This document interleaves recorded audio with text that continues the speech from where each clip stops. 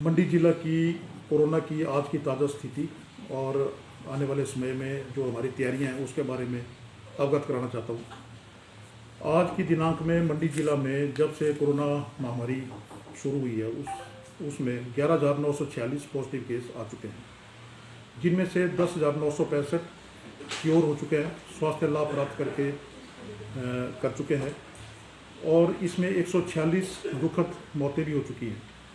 और आज हमारे पास 835 एक्टिव केसेज हैं, जिनमें से 744 होम आइसोलेशन में है और जो बाकी केसेज बचे हैं वो dedicated covid health centre BBMB hospital Sundernagar और dedicated covid hospital civil hospital Ratti में उपचाराधीन है। ये जो वायरस की दूसरी लहर चली है, ये पहले वाली लहर से कुछ तीव्र गति से बढ़ रही है और इसके जो प्रभाव हैं वो भी पहले पिछला जो वायरस था उससे ज़्यादा इसके प्रभाव खतरनाक हैं।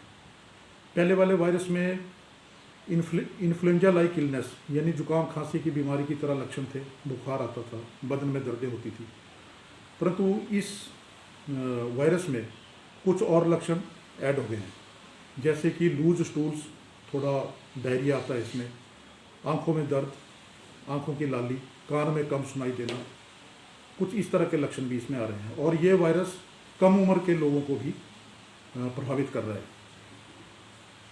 तो जो हमारी इस वक्त तैयारियां हैं उसमें हमारे पास 2 डेडिकेटेड कोविड हेल्थ सेंटर है, जिसमें एक BBMB हॉस्पिटल सुंदरनगर है जो 22 फरवरी से शुरू हुआ था, जबकि जो पुराना dedicated covid hospital Shri Lal Bahadur Shastri medical college नीर चौक में चला हुआ था उसको नॉन कोविड हॉस्पिटल बना दिया था।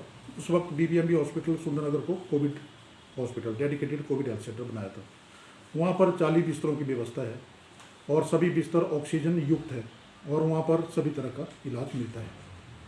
कुछ बड़ी सर्जरीज को छोड़ के और कुछ ज़्यादा गंभीर रोगियों का इलाज वहाँ पर नहीं होता है। उसके लिए हम मरीजों को टांडा और IGMC शिमला में भेज रहे थे। जब हमने देखा कि BBMB हॉस्पिटल में मरीज़ ज़्यादा आने वाले हैं तो जिला प्रशासन के साथ मिल के और अपने उच्च अधिकारियों से बात करके हमने जो ऑक्सीजन के बेड्स हैं उनकी क्षमता को बढ़ाने के लिए एक रोड मैप तैयार किया, जिसमें कि सबसे पहले चरणबद्ध तरीके से सिविल हॉस्पिटल रत्ती को डेडिकेटेड कोविड हेल्थ सेंटर बनाना था और उसके बाद 2 बिल्डिंग्स हमारे यहाँ पर लगभग तैयार हो चुकी हैं, जिसमें एक maternal and child hospital Sundernagar और mother and child hospital Mandi, जो कि क्रमशः 50 और 100 बिस्तरों की क्षमता वाले बिल्डिंग्स हैं।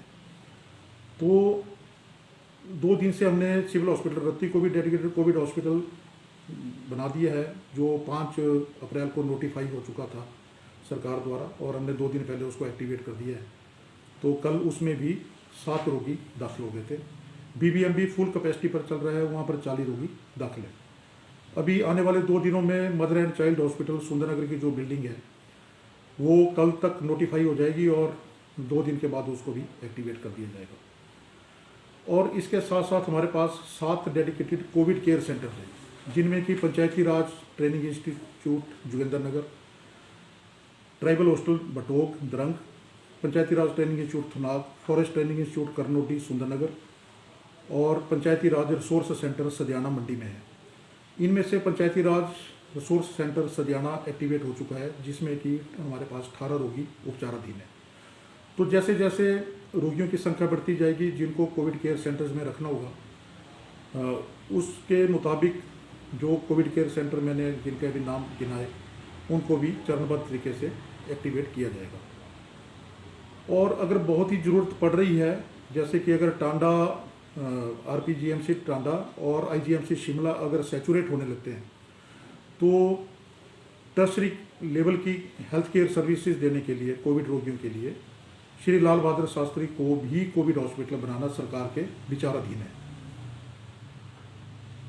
तो मैं ये सभी अपनी प्रबुद्ध जनता को आश्वस्त करना चाहता हूँ कि कोरोना के इस काल में घबराने की ज़रूरत नहीं है। हमारे पास जितने भी रोगी बढ़ जाएंगे, हमें पैनिक होने की ज़रूरत नहीं है। हमारे पास ऑक्सीजन युक्त बिस्तर पर्याप्त मात्रा में है और परंतु चौकन्ना रहने की ज़रूरत है। मैं एक अपील भी करना चाहूँगा, क्योंकि इस महामारी में, ये महामारी अभी कुछ वक्त तक चलती रहेगी, क्योंकि इस तरह की जो वैश्विक महामारी आती है उसका वो 4 से 5 साल तक चलती है, और शुरू के 1 से 1.5 साल तक उसका प्रकोप ज़्यादा रहता है।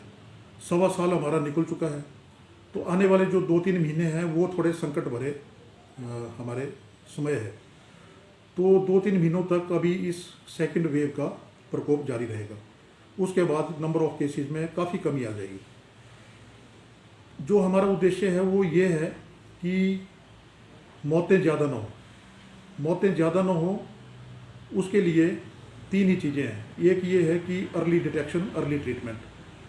कोरोना का पता जल्दी लग जाए कि किसी व्यक्ति को कोरोना है, और उसके बाद जो SOPs हैं ट्रीटमेंट के, मानक संचालन प्रक्रिया है, उसके माध्यम से उसके तहत इलाज शुरू होना चाहिए। और तीसरा है रेफरल।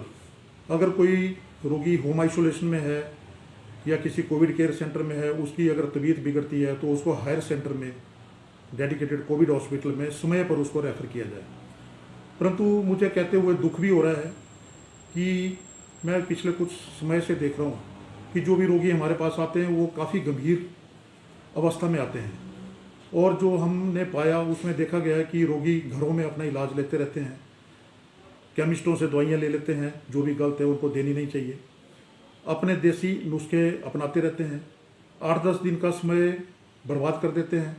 जब लक्षण बहुत ज़्यादा बढ़ जाते हैं तब जाके टेस्ट करवाते हैं, और तब अगर उनकी सैचुरेशन देखी जाती है तो वो 90 से नीचे जाके 80-84 के करीब पहुंच जाती है, और वो बड़ी गंभीर स्थिति बन गई होती है, और उसमें गारंटी नहीं होती कि पेशेंट अब बच भी सके। तो हमारे पास अभी तक मंडी जिला में 146 मौतें हुई हैं, जबकि 2 बड़े ज़िले कांगड़ा और शिमला हैं, वहाँ पर मौतों का आंकड़ा 250 से ऊपर है। तो ये जो कम मौतें हमारी हैं, ये हमारे स्वास्थ्य विभाग के जो कर्मचारी हैं विभिन्न श्रेणियों के, उनकी मेहनत, उनकी जो जिस तरह से वो मॉनिटरिंग करते हैं, रोगियों की देखभाल करते हैं। परंतु मैं ये कहना चाहता हूँ कि मौतों का आंकड़ा और कम करने के लिए, मृत्यु दर को और कम करने के लिए जनता की सहभागिता का भी सुनिश्चित होना जरूरी है। क्योंकि अगर जनता अपनी तरफ से इस तरह की लापरवाही बरतेगी, समय पर अपना टेस्ट नहीं करवाएंगे, समय पर इलाज नहीं लेंगे, तो हमारी जो है मृत्यु दर नीचे नहीं आ सकती है।